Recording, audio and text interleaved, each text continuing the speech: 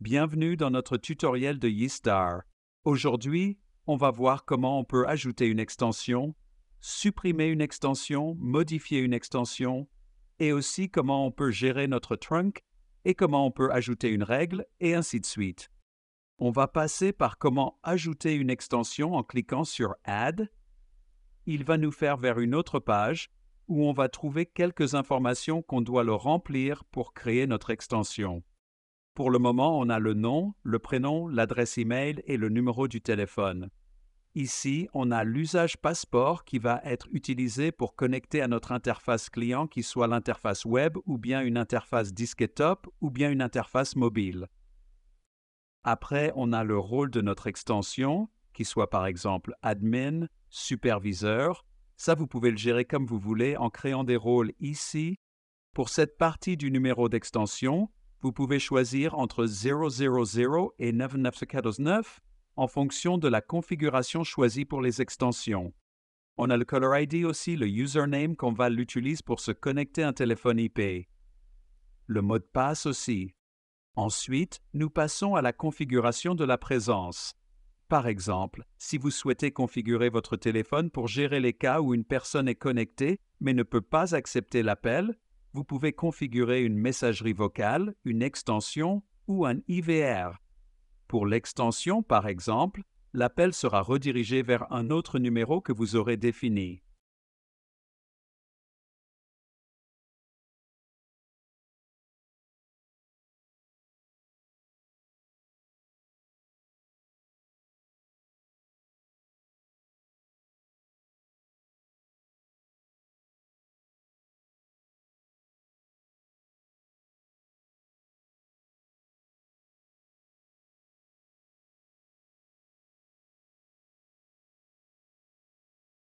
La même chose pour les autres SA.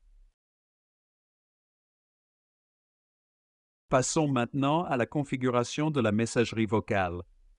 Vous avez la possibilité d'activer ou de désactiver la messagerie vocale pour une extension. Ensuite, vous pouvez personnaliser le code PIN de la messagerie vocale. Ce code composé de 4 chiffres.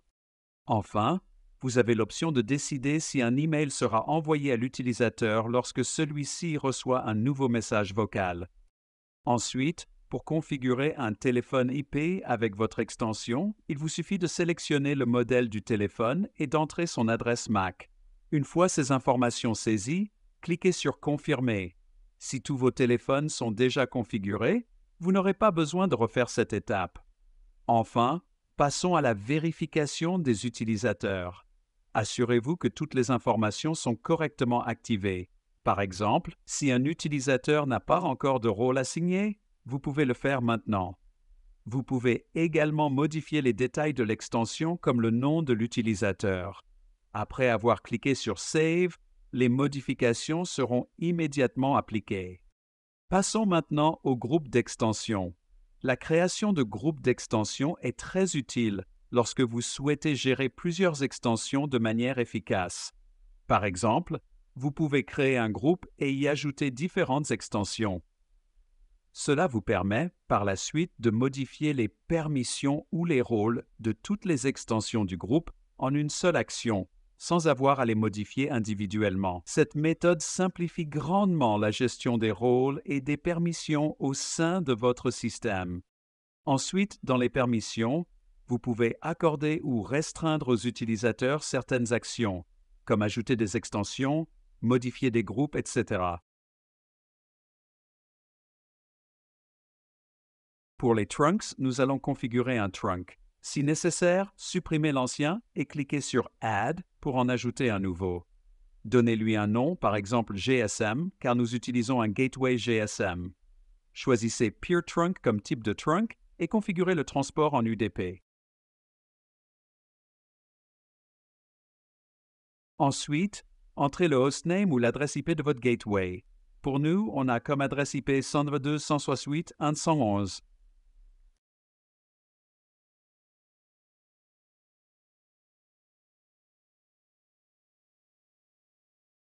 Ensuite, attribuez un numéro pour les appels. Lorsque vous appellerez ce numéro, l'appel sera transféré vers le gateway, puis vers l'extension correspondante. Par exemple, vous pouvez utiliser le numéro 05001. Donnez un nom au trunk, comme GSM Trunk, pour faciliter son identification.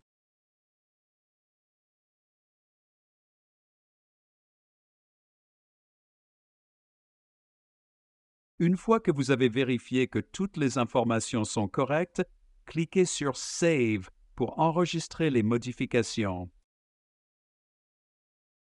Ensuite, cliquez sur Apply pour que votre configuration soit appliquée. Vous verrez que le trunk est désormais connecté. Ensuite, pour les rôles, vous pouvez créer de nouveaux rôles et définir des permissions spécifiques, telles que l'ajout ou la suppression d'extensions. Vous pouvez personnaliser ces rôles selon les besoins des administrateurs ou des autres utilisateurs. Voilà, c'est tout pour le tutoriel d'aujourd'hui. Merci de votre attention et à bientôt pour la prochaine vidéo. Le stock le plus grand de la VoIP, avec des dizaines de marques. Chez nous, vous trouverez ce qui correspond à votre budget et votre besoin. Et le plus important, le tout est avec une garantie sur le matériel et l'installation.